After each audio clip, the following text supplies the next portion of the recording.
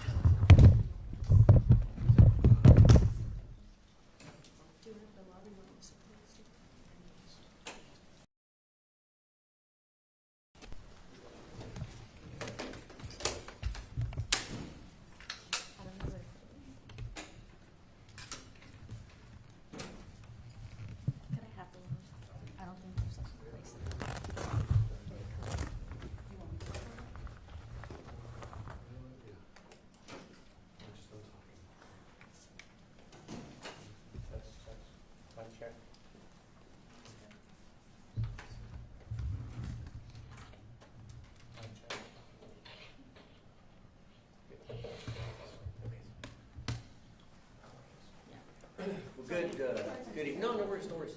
Do what you gotta do. Thank you. Good evening. Thank you so much for being patient with us. It's been a busy day around here.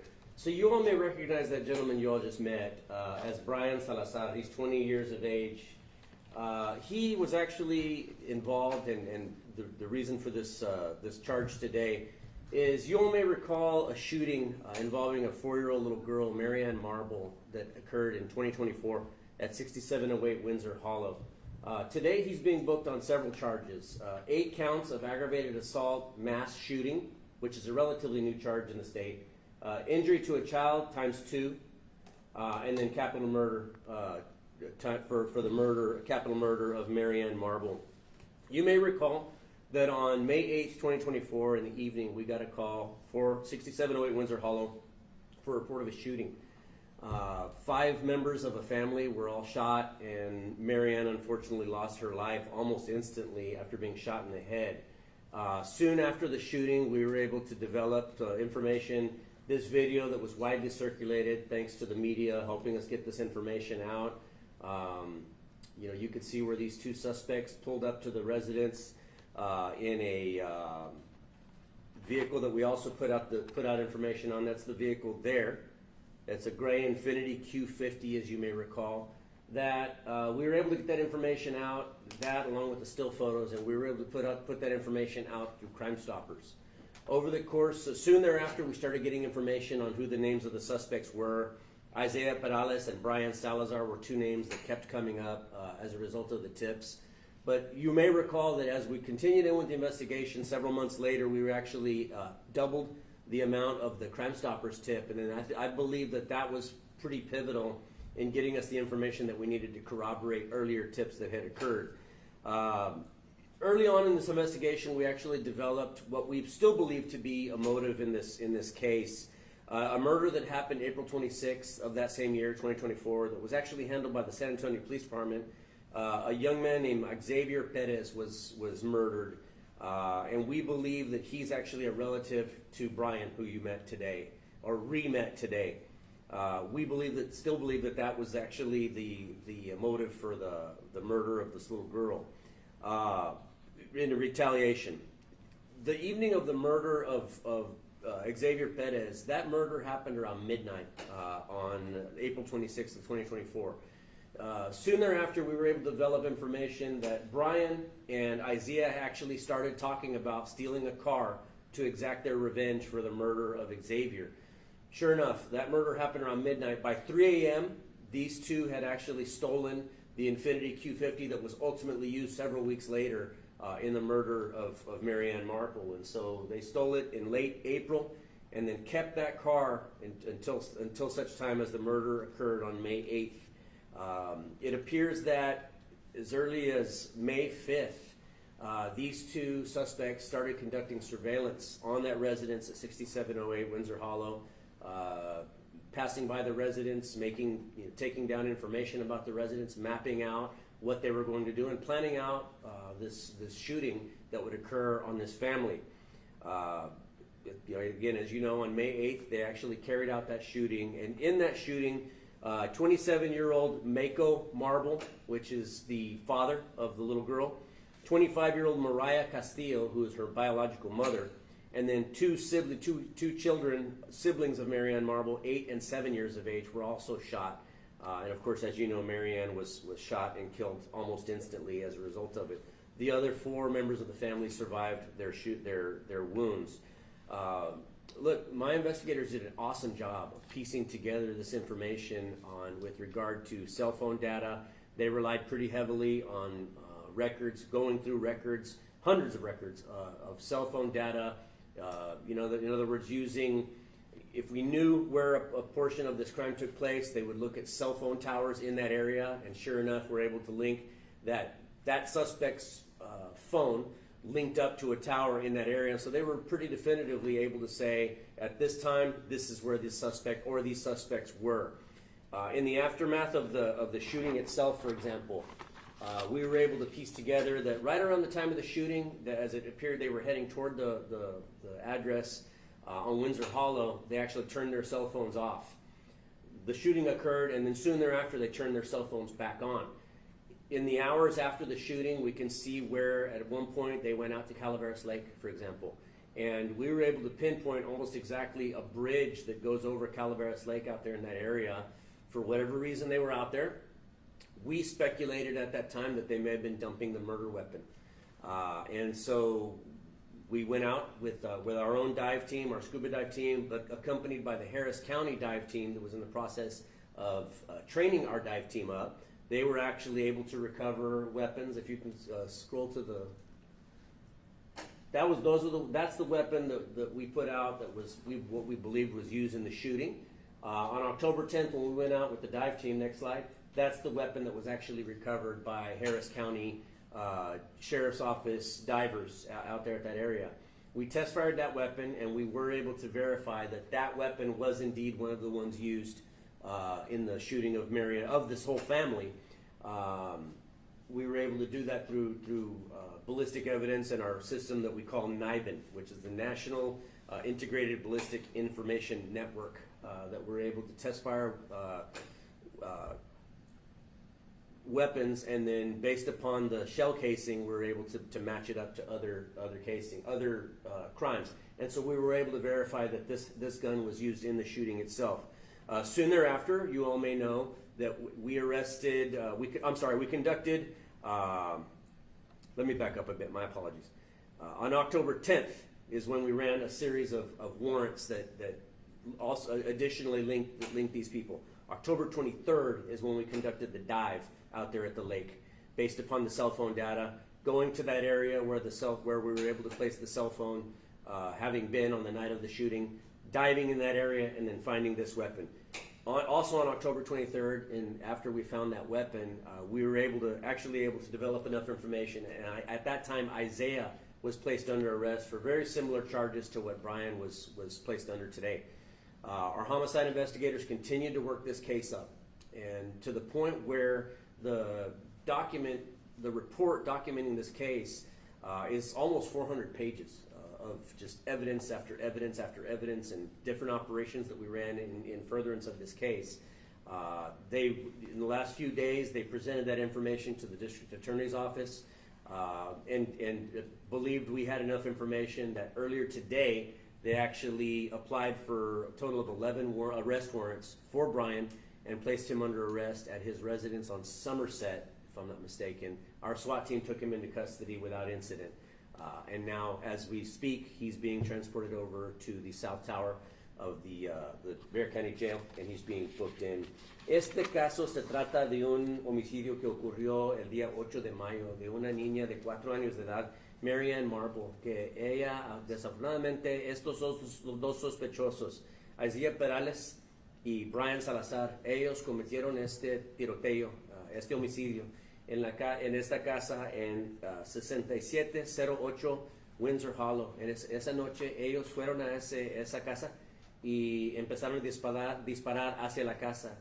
Una familia de 5 fueron baleados varias veces. Los dos papás de Marianne fueron baleados. El papá tiene 27, en ese día tenía 17 años de edad. Su mamá tenía 25 años de edad. Ellos dos fueron baleados. También otros 2 niños, hermanos de Marianne, también fueron baleados, fueron heridos.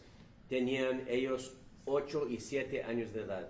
Desafortunadamente, la niña Marianne, 4 años de edad, ella falleció a causa de una herida a su cabecita que ella sufrió. Ella falleció ahí en la escena de los hechos. Ya después de allí, nosotros empezamos a fijarnos, a investigar. Nosotros, con la ayuda de la prensa, nosotros pusimos estos videos en las redes sociales, por medio de la televisión, y sí logramos empezar a agarrar información tocante a este caso. Ya con la ayuda de Crime Stoppers, nosotros pusimos una recompensa para información en este caso, y nos llegó la información que nos ayudó. Eso con ejecutar órdenes de cateo en varias residencias. En octubre nosotros logramos más información en este caso, y el día 23 de octubre nosotros, usando un equipo de scuba, nosotros descubrimos una arma que fue usada en el homicidio de la niña en un lago, en el lago de Calaveras. En ese día nosotros arrestamos a Isaiah Perales por este homicidio, por cargos similares a los que tiene Salazar ahora. Y este día nosotros aplicamos por 11 órdenes de arresto por Brian, y esta tarde nuestro equipo de SWAT ejecutaron una orden de arresto para estas 11 órdenes de arresto, y lo arrestaron sin incidente. Any questions? Yeah, is Ashton Garcia still a person of interest? Well, there are other persons of interest, and I believe Ashton is still listed among those. Now, I say that with the caveat that just because we're listing somebody as a person of interest doesn't necessarily at this point make them a suspect. But certainly we still would welcome more information. If anybody has further information to shed on this case, it's a big case. Again, my investigators have done an outstanding job of following all these leads, but there's always more information that can be gathered. So anybody that has information can please give us a call, 210-335-6000. They can also email us at bcsotips@bear.org. Along with the details from your investigation, has Brian been forthcoming when you guys have spoken to him, or cooperative? Brian is not a very cooperative young man. He's had some choice words for everybody, myself included, just a little while ago. He's just not a real happy camper these days. Why? Because his criminal past is absolutely coming to catch up to him. And, if we have things our way, he's going to spend the rest of his life behind bars at the very least. ¿Y todavía no se sabe por qué hicieron los disparos contra la casa?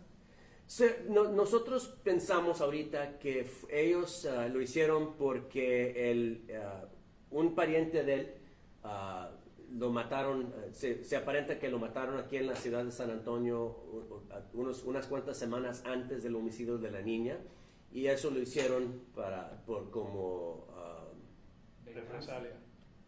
venganza por ese homicidio. Entonces ellos dispararon hacia la casa de la niña.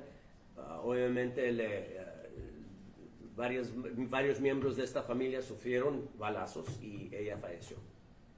Can you break down the 8 counts for the aggravated assault mass shooting? Sure. There was, although these 5 family members were ultimately hit, the little girl died, there were other family members inside the residence as well that thankfully were not hit. I believe there was at least 1 infant and then several other adults, a total of 8 family members inside the residence. And so whether they were hit or not, the charge still applies for that charge of mass shooting. And so that's what necessitated the 8 charges. As far as the injury to a child ×2, those are for the 2 siblings of the little girl that were shot. And then, of course, the capital murders for the little girl herself. Being that she was under 6 years of age, that's what qualifies this for a capital murder. Are you able to speak to his past charges? Well, I know he's got several, and they date back several years to his entire adult life, which he's a 20-year-old man. He's not very old at all. But I know that on the 10th of October, when we executed y'all interviewed us out at the scene, we executed a series of warrants, early morning warrants on that day, on several different addresses. But on that day, on October 10th, he was actually arrested for several lesser charges, at least one of them involving this case. So let me give you an example. That morning of October 10th of 2024, we arrested him for tampering with evidence. During the course of the investigation of the shooting, we were able to find that he had tampered with the evidence on his cell phone in the aftermath of the shooting of the little girl. And so that day on October 10th, we had enough to charge him with the tampering of evidence. He He was also found to be in possession of marijuana, and he was also arrested for a deadly conduct charge that I believe was unrelated to the shooting of the little girl. So he does have a pretty lengthy criminal history, being that he's only actually legally been an adult for about 3 years. This little girl is obviously never coming back to her family, but could you speak to the dedication of bringing her family some kind of justice with such a thorough investigation? Sure, absolutely. And we were just commenting on this today that unfortunately members of the little girl's family, certain members of her family still have not been very cooperative with us. They haven't really communicated with us very much at all. But even then, it was very important for our investigators to make sure that the justice is served in the interest of this little girl. I don't believe anybody in that, whether or not anybody in that house was at fault for what happened to Xavier, for the other shooting that occurred, I can tell you definitively it was none of the fault of those little children that were shot and the rest of their lives affected. But certainly this little girl, at 4 years old, she's gone forever. Nothing can ever get her back. But we can make sure that the people that were responsible for it can never do this to anybody again, especially another child. And so we're going to do everything that we can to make sure that these suspects spend the rest of their life behind bars. Solo para confirmar, ¿la pistola que encontraron en el río la encontraron el 21 o el 23 de octubre? No, el día 23 de octubre, nosotros trabajando con el departamento del sheriff del condado de Harris, ellos tienen un equipo de scuba que ellos vinieron acá, nos ayudaron. Ellos encontraron esa arma ese día en el agua. Okay. Any other questions? Okay. Thank you all so much. Thank you. Thank you. Yes. You want us to come back there? Yeah. Okay. Here. Oh, Jacob, it's not.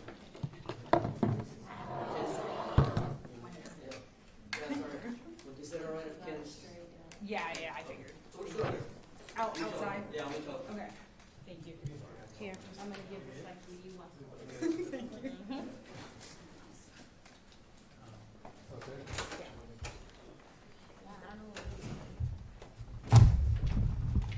Hey, Zaria, Yeah. can I ask what There was,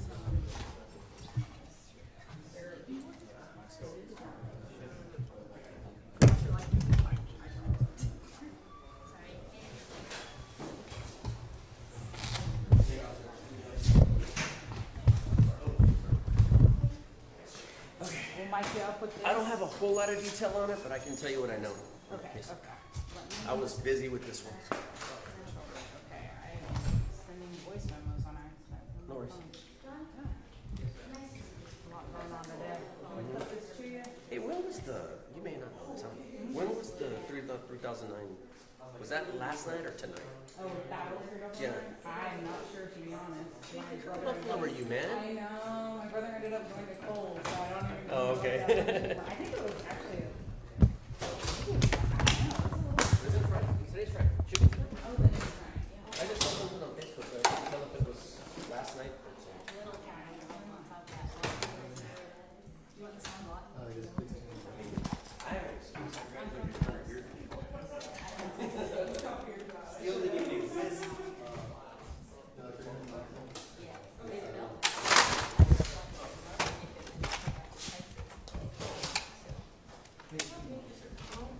Estamos hablando de algo más alto. Okay.